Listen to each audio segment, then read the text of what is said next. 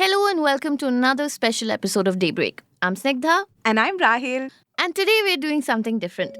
Considering it's the end of the year, we thought we'd ask the reporters in our newsroom to talk to us about the stories they best enjoyed reporting on. So we have two stories for you. The first is a fascinating story by Rounak about how a tiny discount caused an uproar inside IRCTC, or the Indian Railway Catering and Tourism Corporation. And the second is by Aakriti Bhalla about how PepsiCo managed to make Sting the energy drink of India.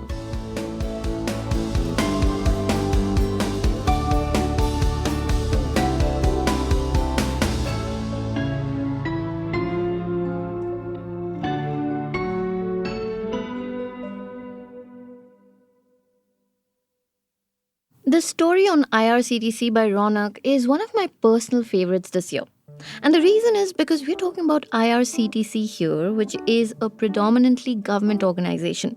And we all know how hard it can be to get access to inside information from government bodies. But somehow, Ronak managed to do it. So I asked him how, and he told me it all started one fine day in the middle of Delhi summer when he was outside the finance ministry for another story. Just then, Ronak got a call from an old source who said he was at the IRCTC office and that he wanted to talk about something that was quite important.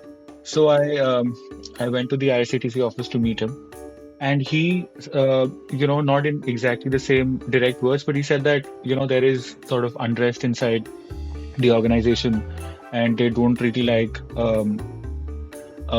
basically an understanding that reached with the government, and there is some sort of an internal backlash going on. I can make you talk to a couple of people if you want to. So obviously I said yes, of course, make me talk to them, and it started off from there. Everything Ronak discovered through the course of his reporting for the story pointed to a tiny little fixed discount that the government offers everyone who books their tickets via IRCTC using UPI.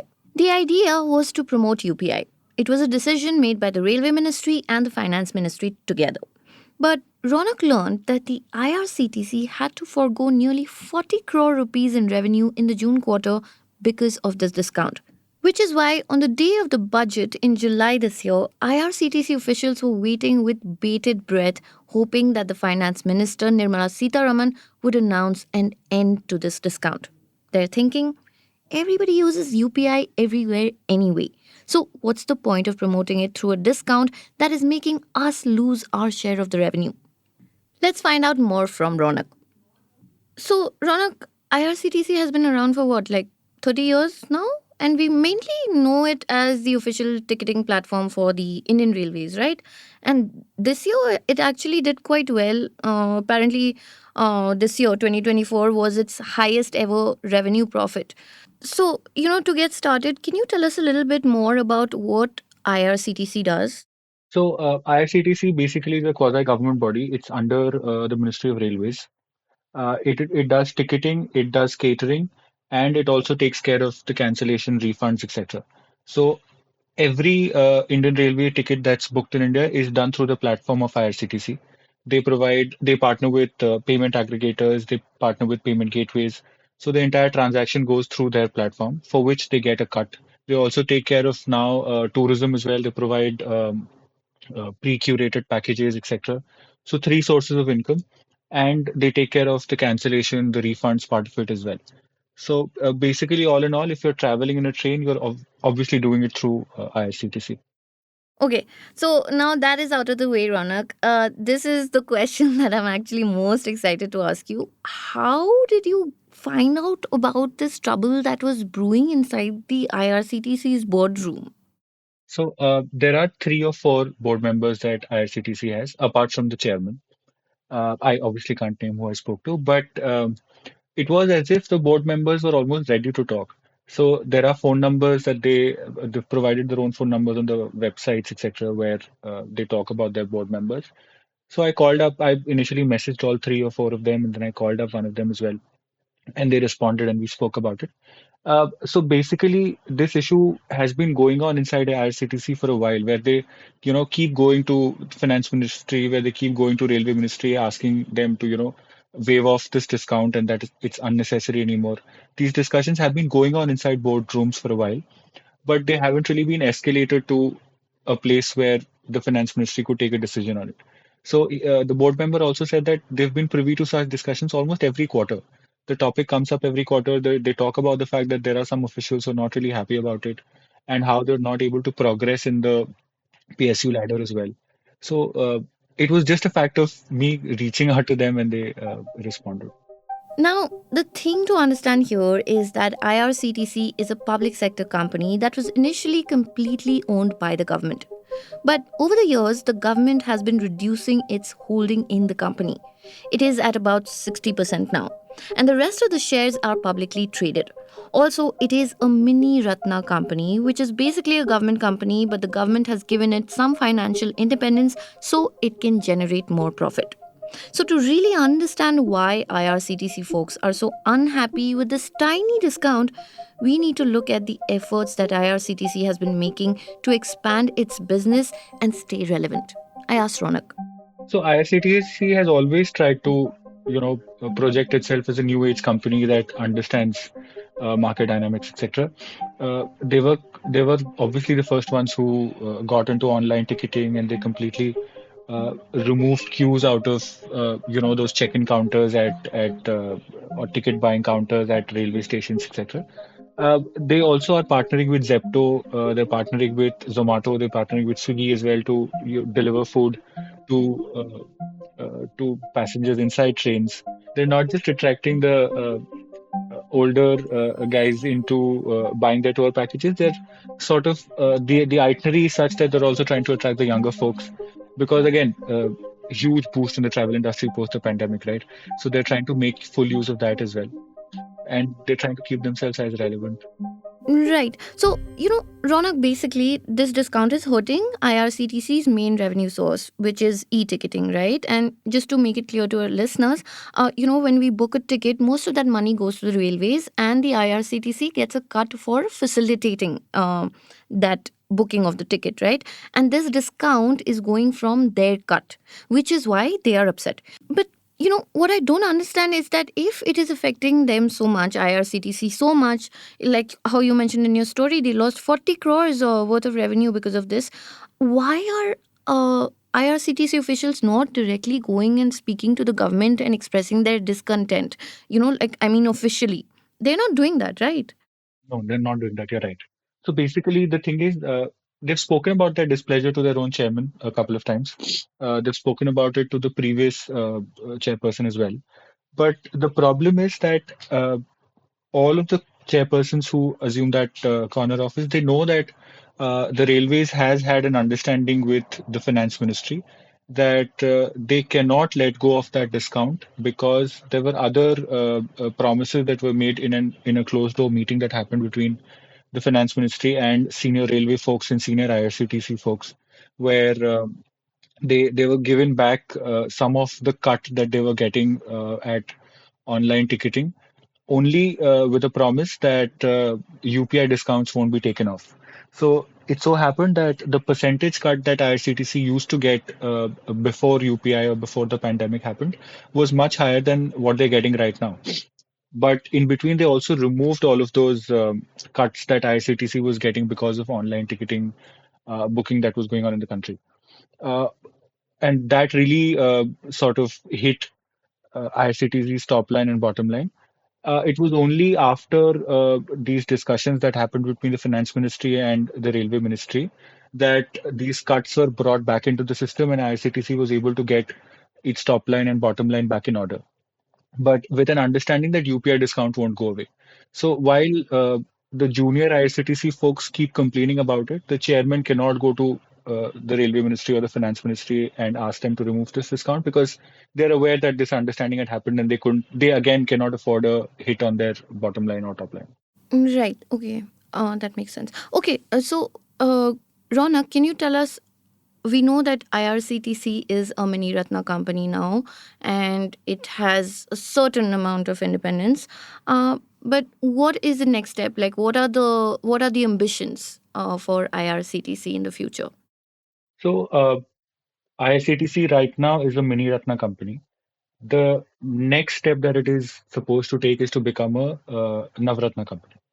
Yeah. So, one, it provides more freedom to the company in the sense that most of their strategic decisions can be taken by them with as little as government involvement as possible. For example, oil and gas companies like, say, IOCL or uh, HPCL, these are either Navratna companies or Maharatna companies. So their day-to-day operations are not controlled by the government, though these are PSU companies at the end of the day, and they do take in instructions from the government. There are price limitations that the government puts on these oil and gas companies. But in terms of their strategic decisions, they are pretty independent on their own. And that's the status that IRCTC is aiming for as well. They want to move up the ladder and be more independent in terms of the decisions they take, in terms of who they partner with, for example, for their payment gateways, uh, the kind of vendors they associate with in their food business, for instance. So they want as little, for almost every company, that's the case, right? They want as little government involvement as possible so that they're able to focus on their bottom line, on their top line, etc. Right. And, it seems like it is a fair ambition or dream to have, right, on part of IRCTC, because if we look at how it's been doing so far, it's indeed been quite remarkable. It's been pretty agile. It's been coming up with new partnerships. Like you mentioned, the food business is doing phenomenally well. All these tie ups that it has made with Zomato, Swiggy. I mean, it's quite amazing, how passengers have the option to get food delivered mid journey. I mean, the logistics of it all, and then you have all the tourism packages, like you mentioned. So in a way, it does seem like they do deserve more independence, right? But from what you told us earlier, the picture right now it's quite different, right, Ronak, in terms of independence. Like the railway ministry is ultimately their boss, and the final green flag for everything has to come from there. So because you spoke to so many IRCTC officials for this story, and they were talking to you about their resentment, is there any resentment that they have for the railways in specific? No, no, they say great things about railways because we need to understand that without railways there is no IRCTC. And uh, railways could have easily hired a private partner to do all of these things, which IRCTC does at the moment. But they floated a company, and IRCTC was born because of railways, right? And it continues to be around because of railways. So they have good things to say, but they also say that there is a lot of hierarchy inside railways. And to get anything passed, you need to go through that entire ladder.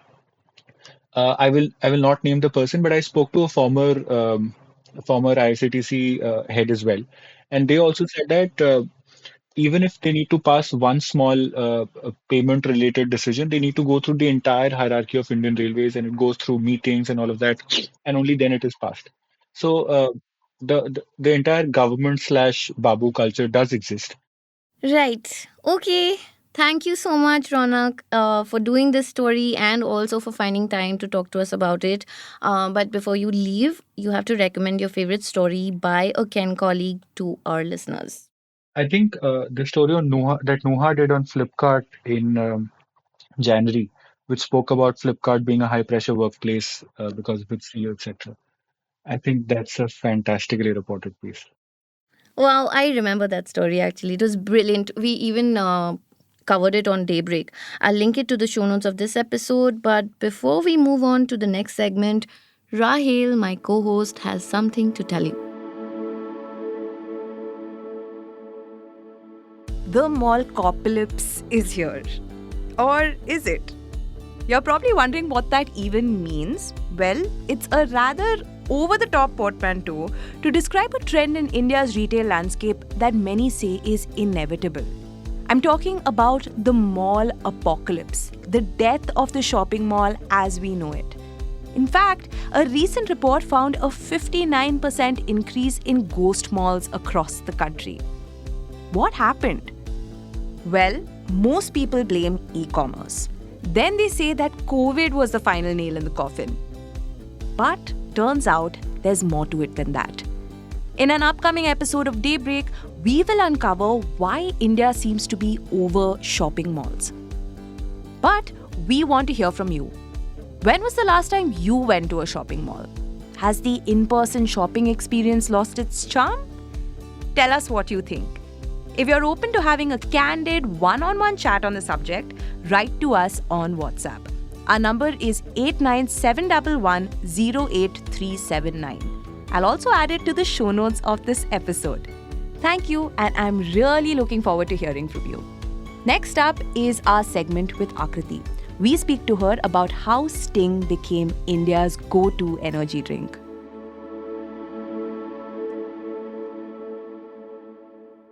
Earlier this year, the Ken reporter Aakriti Bhalla found herself in Bijwasan. Now, this is a village close to the Delhi-Haryana border. And here, outside a neighborhood temple, she ran into 3 young boys. Their names were Chintu, Pankaj and Bhola.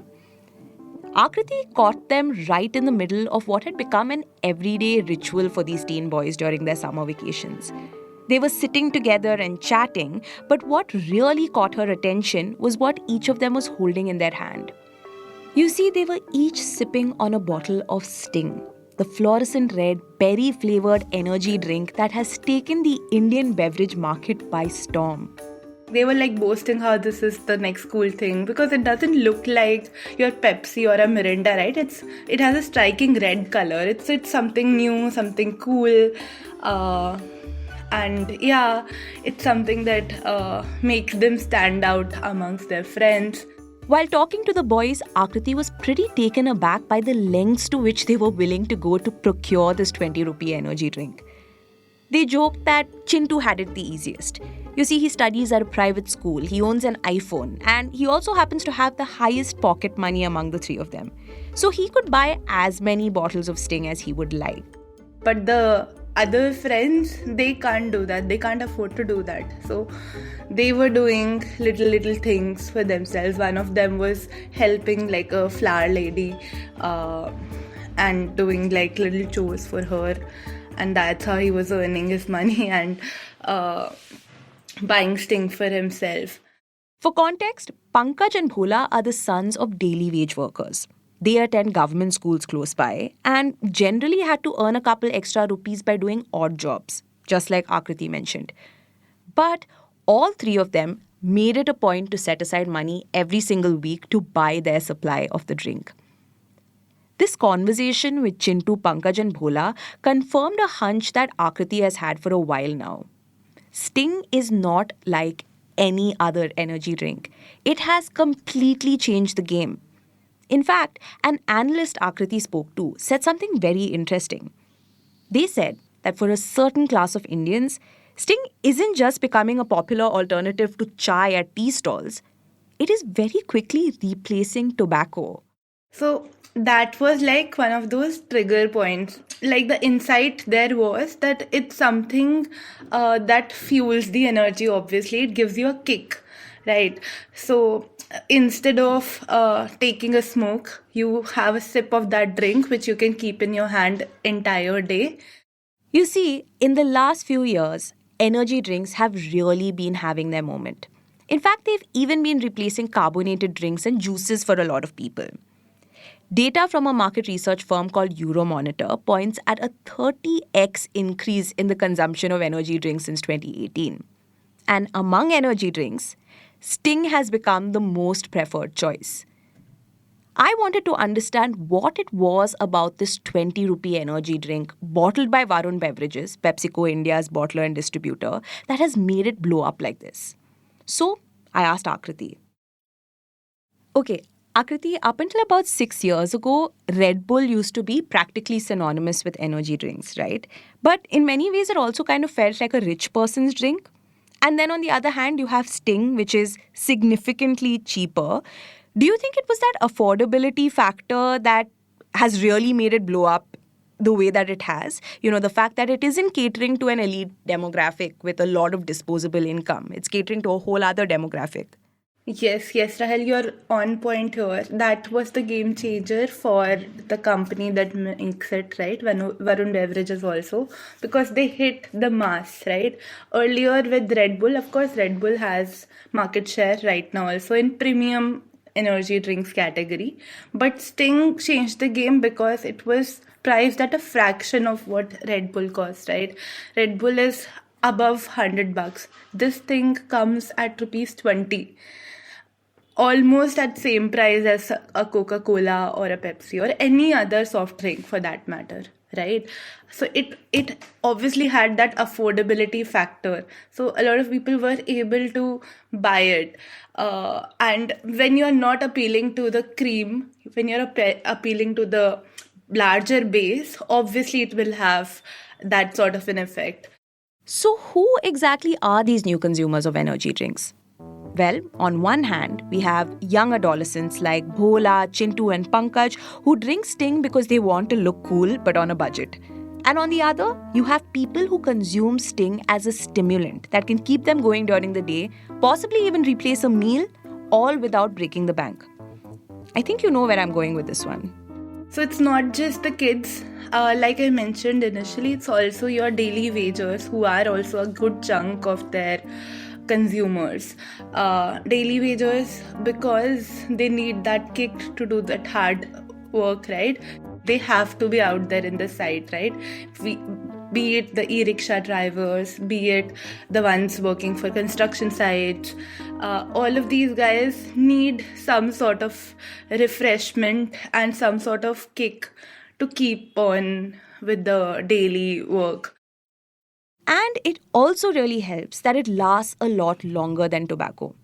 Tobacco is more of a one and done kind of thing, whereas an energy drink is something that you can carry and sip whenever you feel like. It could last several hours, so it does feel like a much better deal. Right, but Akriti, the obvious question is, how is Sting this cheap? We were talking about Red Bull a little while ago. One would assume that it comes at a premium price point because it's made of, more premium ingredients, right? But is it really that simple? How is Varun Beverages able to sell Sting for that little money? Right. Interestingly, it's not what goes inside. There must be, I'm sure, differences there also. But the biggest cost point was the exterior, the bottle itself. A Red Bull comes in a tin bottle, right? It's a tin. While this one is like a plastic bottle. A tin is something that is like 35 to 40% of the cost of the entire thing, and you import it from outside. So Red Bull is not an Indian company. This product you import from outside, plus the thing in which you bottle it, that's also imported from outside. So that also pushes up the price. While in this case, in Sting's case, Varun Beverages was making the drink, what goes inside, as well as the exterior, the bottle, in India. Plus, plastic is obviously cheaper than tin. So that was the game changer here. On the subject of packaging, interestingly enough, back in 2018 when Sting was launched, it was actually sold in a tin can. But within 2 years, they switched to the clear plastic bottles we associate it with today. In fact, it was after 2020 that PepsiCo really blew the market open with Sting. Of course, its popularity is credited to things we've discussed already, like the fact that it's 80% cheaper than Red Bull. But another reason that is often cited is its color. When I was speaking to these consumer analysts, they were also saying that this definitely had a part to play. Because imagine, right, if you are sitting, if you're out in a market, somebody who's wearing red, like that pops out, the color itself pops out. That's the thing with the color. So in a fridge, when you have your reds and when you have your blacks and oranges, a red color would pop out. So you will, as a consumer, get curious about, okay, what is this red colored thing? So it's just appealing to the basal instinct, right? Sometimes it really is the simplest things that make a product stick. And choosing blue and red for its two variants proved to be a real masterstroke by Varun Beverages. Right, Akriti, let's talk about Varun Beverages a little more, right? Why have they been able to pull this off in a way that nobody else seems to have been able to do it? Correct. So if you look at India, right, there are millions and millions of kiranas, and they are in the farthest of places, like places where even a person takes time to reach by foot. But PepsiCo, because they have been here from years, these guys reach where nobody is able to reach, like, easily. Like, just for an example, if you go to mountains, right, you will find a Maggi ka packet. You will obviously always find Pepsi ka bottle, right? That's the distribution might we are talking about, where you'll get nothing, you will get Pepsi. So that obviously helped. So if you are available in the farthest corners, you can take your product from your factory in and around a metro city or wherever the factory is to those farthest corners. Now, thanks to all these factors combined, as of 2023, Sting holds a lion's share, a whopping 90% in terms of volume in the energy drinks market. And in the process, Sting has also managed to turn Varun Beverages into the country's hottest FMCG stock. For Varun Beverages, having Sting in its sales mix changed the game for them. Their stock price has shot up because of Sting. Like, they continue to outperform the larger index because of this one magic formula. If you look at FMCG index, right, the larger index, it has grown about 80 to 90% in last 5 years. But if you compare it with a Varun beverage stock, the stock itself has grown 10 times than the FMCG index. Like, it's over 900%.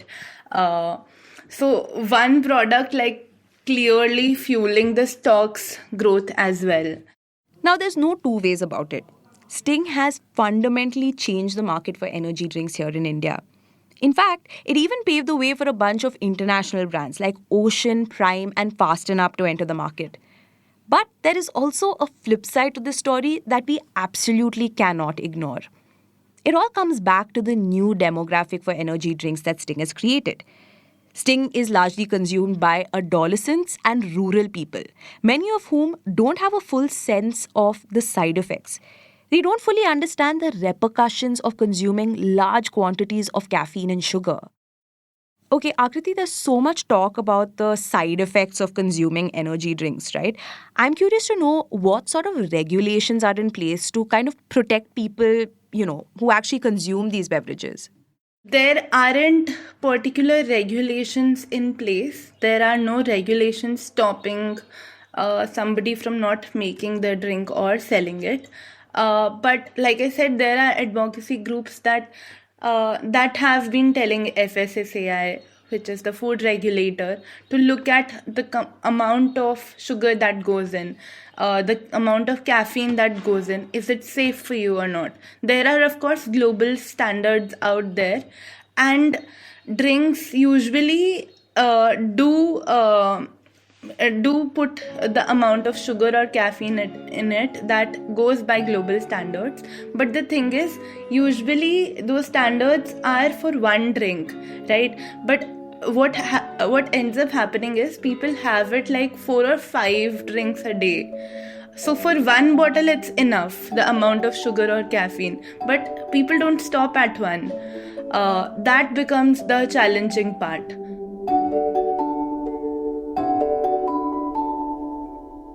Daybreak is produced from the newsroom of the Ken, India's first subscriber-focused business news platform. What you're listening to is just a small sample of our subscriber-only offerings. A full subscription unlocks daily long-form feature stories, newsletters, and podcast extras. Head to theken.com and click on the red subscribe button on the top of the Ken website. Today's episode was hosted and produced by Rahel Philippos and I, Snigdha Sharma, and it was edited by Rajiv Sien.